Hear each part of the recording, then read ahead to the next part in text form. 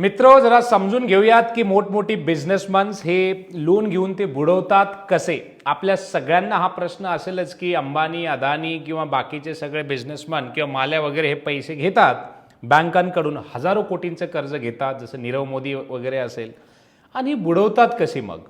तर चला आपण समजून घेऊयात की कायद्याच्या काय गोष्टी आहेत की ज्याच्यामधून या पळवाटा असतात आणि त्याच्यामधून जर तुम्ही सुद्धा कर्ज घेतलंच तर त्याच्यावरती बँक कुठलीही कायदेशीररित्या कारवाई तुमच्यावरती करू शकत नाही. जर समजा काही असं झालंच की पैसे तुम्हाला देणं शक्य नाही आहे किंवा फिटत नाही आहे, तर त्यावेळी तुम्ही काय करू शकता आणि कसं करू शकता, मला वाटतं आपण हे अगोदर समजून घ्यायला हवं.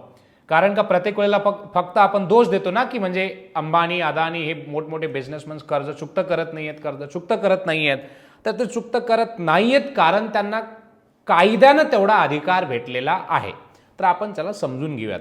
जेव्हा म्हणजे आपण, जसं आता मी असेल किंवा तुम्ही असेल, जेव्हा आपण बँकांचं कर्ज घेतो त्यावेळेला आपण काय करतो, तर आपण घर, शेती, प्लॉट, सोनं, गाडी किंवा जागा या गोष्टी आपण बँकेला कोलॅटरल म्हणून करून देतो. याचा अर्थ असा की जर तुम्हाला उद्या बँकेचे पैसे चुकते नाही झाले तर बँकेला पूर्ण अधिकार आहे की ज्या गोष्टी तुम्ही दिलेल्या आहेत लिहून, त्या गोष्टी परत जाऊन विकून ते पैसे म्हणजे रिकवर करून घेण्याचा अधिकार बँकेला तुम्ही दिलेला असतो. बरोबर. त्याच्यामुळं काय होतं की बँक जर तुम्ही पैसे बुडवलेच तर बँक तुमची ते ॲसेट जे आहे ते विकून टाकते आणि तिचे पैसे चुकवून घेते. आता दुसरा मुद्दा असा की जेव्हा कधी असेल बिझनेसमन म्हणजेच अदानी, अंबानी किंवा अजून कुठले बिझनेसमन असतील, नीरव मोदी वगैरे, जेव्हा हे लोन घेतात, ही लोक काय करतात, प्रायव्हेट लिमिटेड कंपनी किंवा सेल कंपनी, ज्याला डमी कंपनीज म्हणतो, कंपनीज काढतात. बँकेमध्ये त्यांची सेटिंग असते, राजकीय लोकांसोबत त्यांची सेटिंग असते आणि ते त्यांच्या सेटिंगमधून काय करतात, त्यांच्या सेल कंपनीज किंवा प्रायव्हेट लिमिटेड कंपनीजला बँकेकडून लोन अप्रूव्ह करून घेतात, हजारो कोटीचं लोन अप्रूव्ह करून घेतात आणि त्याच्या थ्रू ते बिझनेस करायला म्हणून पैसे खर्चवतात. म्हणजे ते अजून दुसऱ्या कंपन्यांच्या अकाउंटला घेऊन जाऊन पैसे काढून घेतात आणि शेवटी बँकेला असं सांगतात की तुम्ही ज्या कंपनीला लोन दिलं ती कंपनी आता डुबली.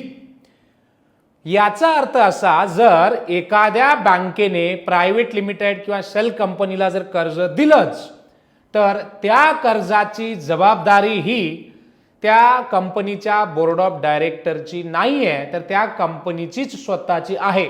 म्हणजे कायद्यानं ही तरतूद, म्हणजे एक म्हणू शकतो आपण आधार जो आहे तो बिझनेसमनला दिलेला असतो. आणि म्हणून जर तुम्ही प्रायव्हेट लिमिटेड कंपनी काढली, लोन घेतलं आणि लोन जर डुबलं, बिझनेस चालला नाही, तर तुम्हाला चिंता करण्याची बिलकुल पण गरज नाही आहे. NCLT म्हणजे नॅशनल कंपनीज ट्रिब्युनल जे लॉ आहे त्याच्या थ्रू तुम्ही बँकरप्टसी फाईल करू शकता आणि जे काही तुमच्या कंपनीवरती कर्ज आहे ती कंपनी तुम्ही सरेंडर करू शकता.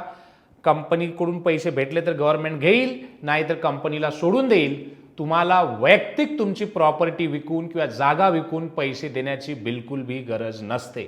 म्हणून सामान्य माणूस आणि बिझनेसमध्ये हा फरक आहे. सामान्य माणूस आपल्या सगळ्या गोष्टी गहाण ठेवून लोन घेतो आणि बिझनेसमन जेव्हा लोन घेतो तेव्हा तो कंपनीवरती म्हणजे कंपनीच्या सगळ्या गोष्टी गहाण ठेवून तो लोन घेतो. हा फरक आहे.